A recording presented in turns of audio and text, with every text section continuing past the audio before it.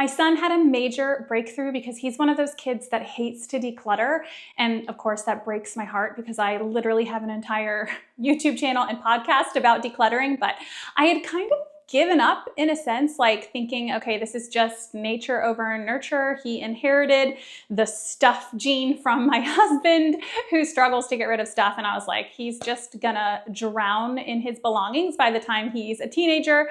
And I didn't know what to do. Like, do I force him to get rid of stuff and then like add to his issues, right? Because the more you try and force it, the more their clutches go stronger. And I didn't want to like scar him and make him never want to get rid of anything again because he's like, growing up, my mom threw away all my stuff, right?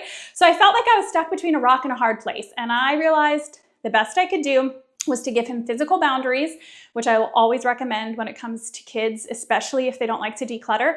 Say, listen, you can keep what you want as long as it fits inside of this bin, right? And then they have the autonomy to decide what they want to keep, but they have a better visual, like a better boundary that they have to fit their stuff into. So I found that to be pretty helpful, but he was still pretty resistant when I brought up decluttering before the holidays to make room for Santa presents and just kind of start the year with a refresh. But he had this huge breakthrough and I want to share it with you guys. And I'll share it while you watch me go through all of the stuff in our guest room that is currently needing to get to a donation center. I need to sort it out depending on where it's going, right? Some of it might be trash. Some of it might be going to like a Goodwill type of a situation. Some's going to go to friends that we know who have kids similar to our kids' ages, or I want to take some to the Children's Advocacy Center near us. So I need to do some sorting and boxing and get this stuff actually out of the house.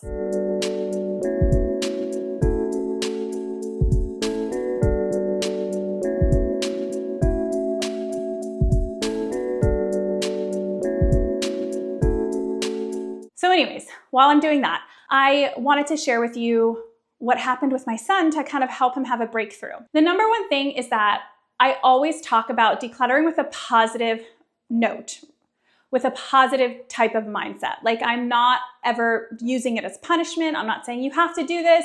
Our house is such a mess. You know, I'm tired of asking you to clean up, right? Because I recognize that kids, especially my kids, are going to rebel. The more you make something negative, the less they're going to want to do it. So my daughter is 5 and she's weirdly good at decluttering. She doesn't struggle with getting rid of stuff. She is my daughter. And so my son kind of came into her room a couple days ago and was watching us declutter her stuff. And she would happily say, another little girl might like this doll more than I do now. And I was like, that's great. And so she would make her declutter and keep piles. And every time she would choose to declutter something, it was a positive thing. I'm so proud of you. You're being so generous. Look at all this space you now have for the Barbies you've chosen to keep, and you have all this room to play. And it was just a really happy thing. And my son has heard over the years lots of happiness. This is not new to him, but I think something finally clicked and he goes, Mommy, is it my turn to go declutter my room?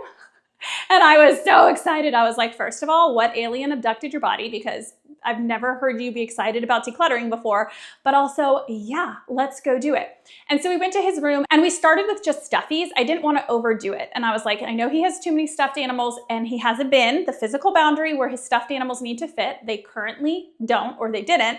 And so I was like, hey bud, why don't you just choose 3 stuffies? I tried to make it as simple and clear as possible, which is another thing I recommend for kids who struggle to declutter. And so we sat down and I held up stuffies one by one and said, keep or toss. And the keep would go in one pile, toss would go in another. And he kept saying, donate, donate, donate. And I was like, what is happening? He ended up getting rid of probably, I don't know, 8 stuffies instead of 3. And I was so proud of him. And then he was so excited to see how it all fit nicely. And there was a little bit of extra room in the bin, which he was excited about because he asked for a hammerhead stuffed animal from Santa for Christmas. So he's like, oh, there'll be plenty of room for my new hammerhead that Santa's going to get me. And so once he felt how good that felt, then he was like, can we keep decluttering other things? And I was like, okay. Now his room is not overly packed anyway, because even though he has struggled with decluttering in the past, I have found ways to help him do it. It just hasn't been like the best experience. I haven't forced it out of him, but we've sat down and kind of struggled through it together. This is just the first time he's done it with such a like happy heart. So his room isn't like full of stuff, but So I was like, well, I don't know how much we have in here, but let's do it. So we went through his different Lego creations. We went through some of the puzzles. We went through books, his shelves, like different little knickknacks that he used to want to keep and now he doesn't necessarily want to. And he got rid of more and more and more. And so his room is totally decluttered and he's caught the decluttering bug.